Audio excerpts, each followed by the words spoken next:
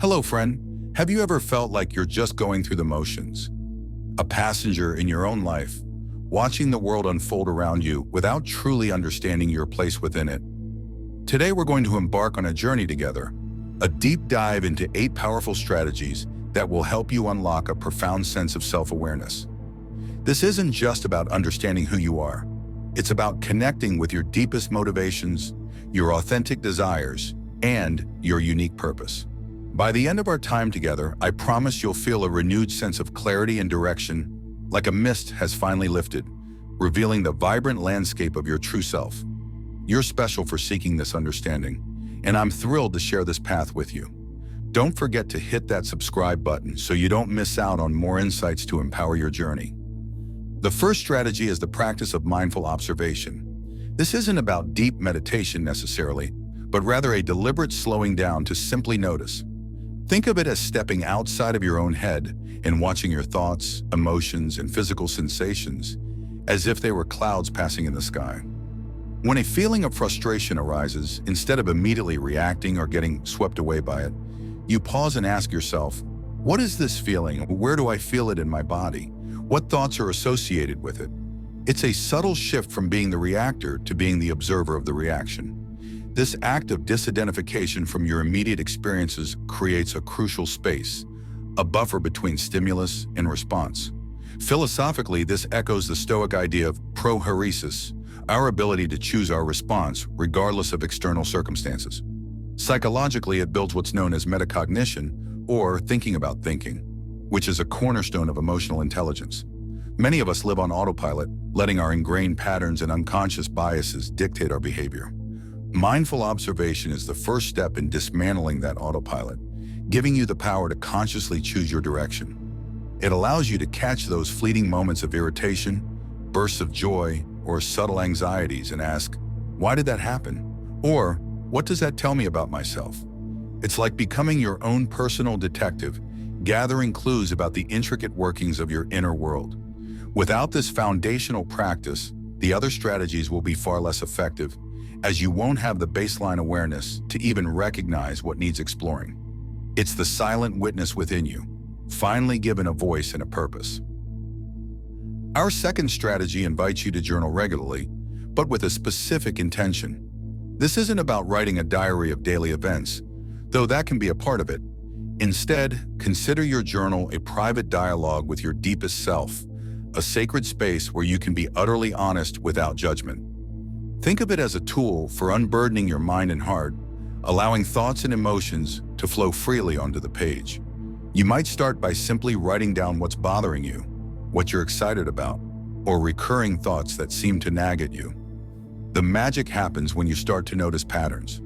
Perhaps you consistently feel anxious before certain types of social interactions, or you always feel a surge of energy when working on a particular kind of project. These patterns are gold mines of self-knowledge. Psychologically, journaling helps process emotions, reduces stress, and can even improve problem-solving skills by externalizing complex internal states.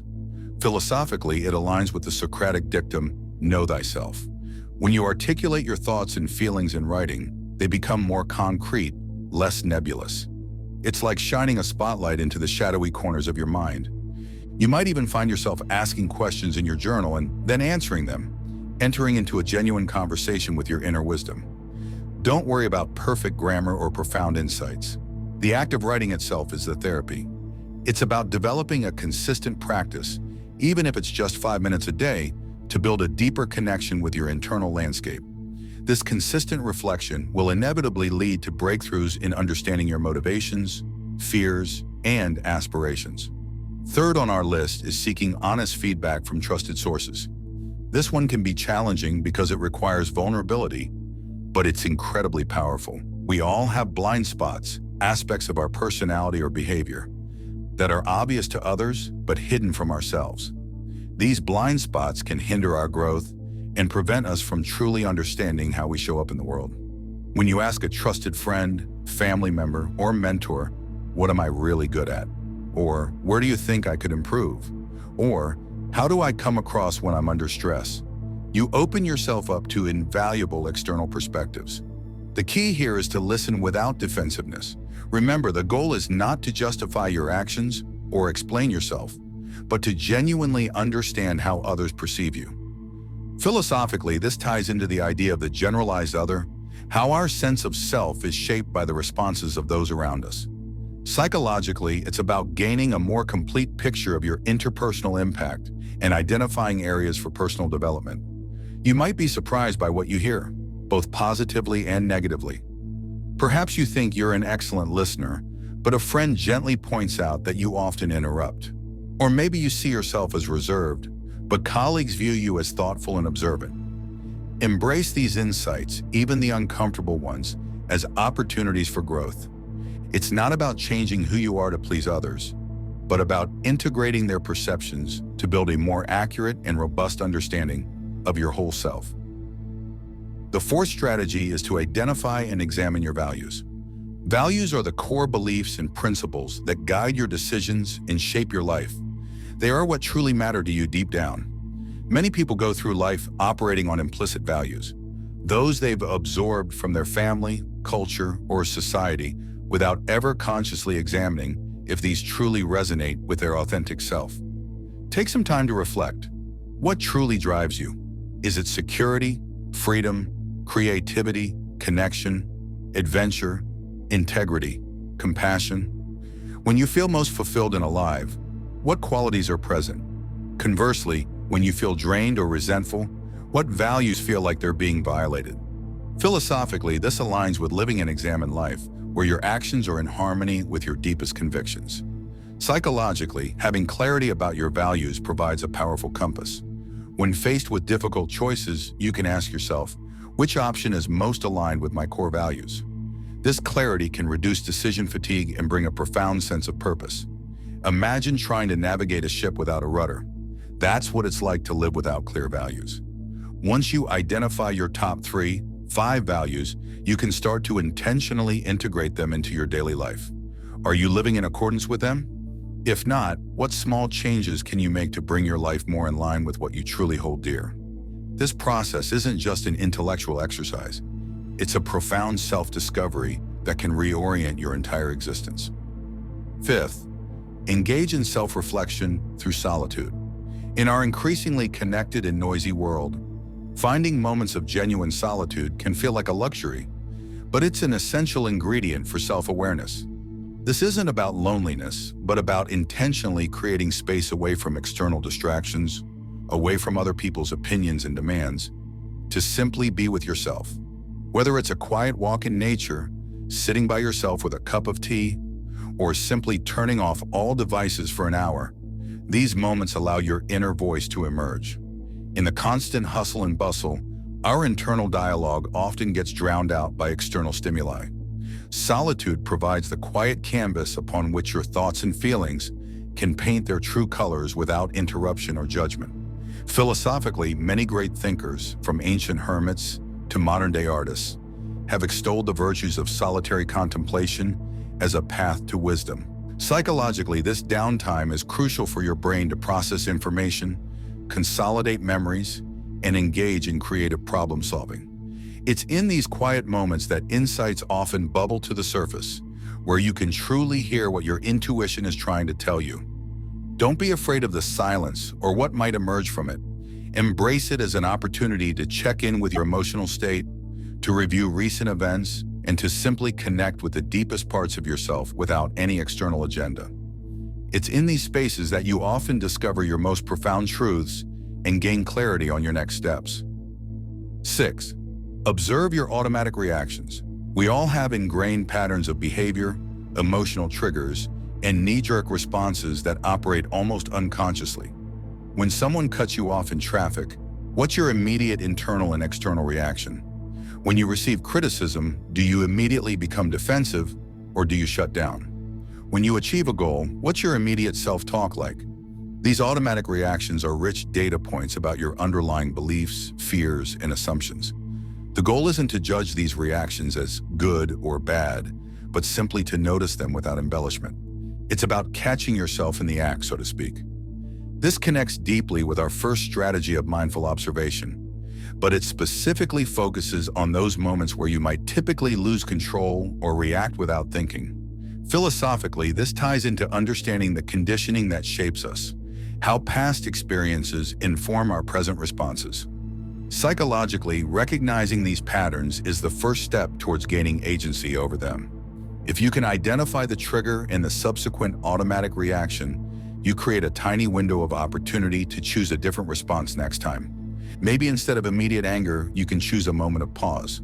Perhaps instead of self-criticism, you can choose self-compassion. This practice helps you differentiate between who you truly are and the conditioned responses you've developed over time. It's a powerful way to reclaim your autonomy and align your actions with your conscious intentions, rather than being dictated by unconscious programming. Our seventh strategy involves stepping outside your comfort zone. Growth and self-discovery rarely happen within the familiar confines of what we already know. When you intentionally push your boundaries, whether it's trying a new hobby, learning a new skill, traveling to an unfamiliar place, or engaging in a conversation with someone very different from you, you inevitably uncover new facets of yourself. How do you react when you're faced with uncertainty or discomfort? What hidden strengths emerge when you're challenged? What new interests or passions do you discover when you expose yourself to novel experiences? Philosophically, this echoes the idea that true knowledge comes from experience and a willingness to confront the unknown. Psychologically, stepping outside your comfort zone builds resilience, expands your self-efficacy, your belief in your ability to succeed, and breaks down limiting beliefs about yourself. You might discover that you're more adaptable than you thought, more courageous, or that you have a latent talent you never knew existed. Each new experience acts as a mirror, reflecting back aspects of your personality and capabilities that would have remained dormant otherwise. It's not about reckless abandon, but about intentional, measured steps into the unfamiliar. Understanding that these experiences are not just external events, but internal catalysts for profound self-understanding. The edges of your comfort zone are precisely where your true self is waiting to be revealed.